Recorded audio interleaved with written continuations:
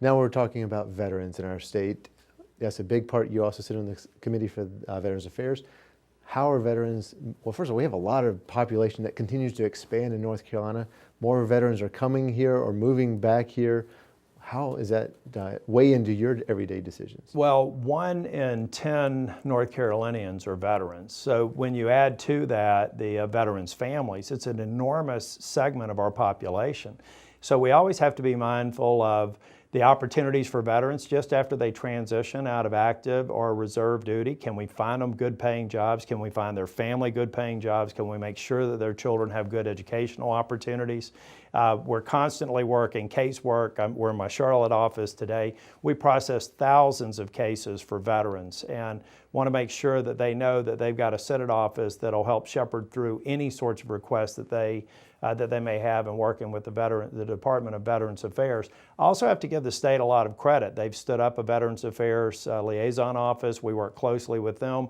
We're trying to send the very clear signal that we appreciate your service, but we also appreciate you picking North Carolina as a place to live and work, and we want to do everything we can to support you while you're here.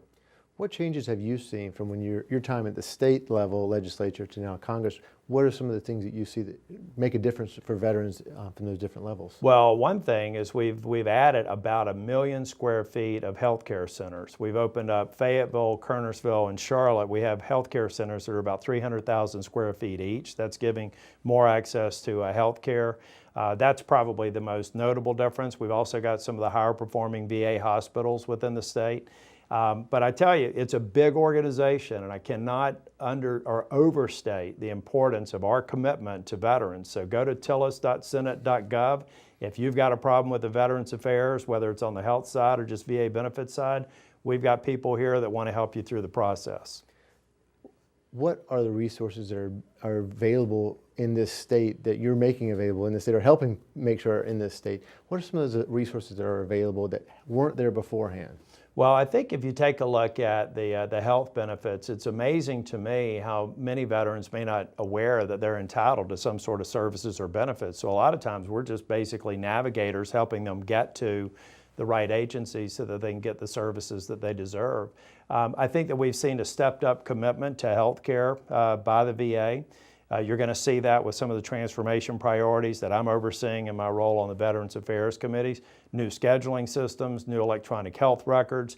And one thing that I want to focus on, it's in my dual role on Senate Armed Services and Veterans, is a better path of transition. I think that we've got to do a better job of making those who are transitioning out of the military into veteran status aware of the resources that they have available, resources to find a job, resources to get benefits, and that's an area where we've still got a lot of room for improvement. And I know one of the things that has been tackled in the last few years has also been the water system issues at Lejeune and how the disability claims are being able to be added now if you were at Lejeune during that time period. How is that expansion going? Are families now also that were on base at the time, are they part of that yet? They are. We're making progress. What we did is change the presumption. In the past, if someone had been out at Camp Lejeune and felt like they had an illness that was connected with the toxic substances down there, it was very difficult to get the department to presume that they were right and to give them care. Now the presumption is flipped. Until you can prove otherwise, get them the care they deserve, sort it out on the backside, but not necessarily make the problem the veteran or the veteran's families to solve, make that the VA's problem.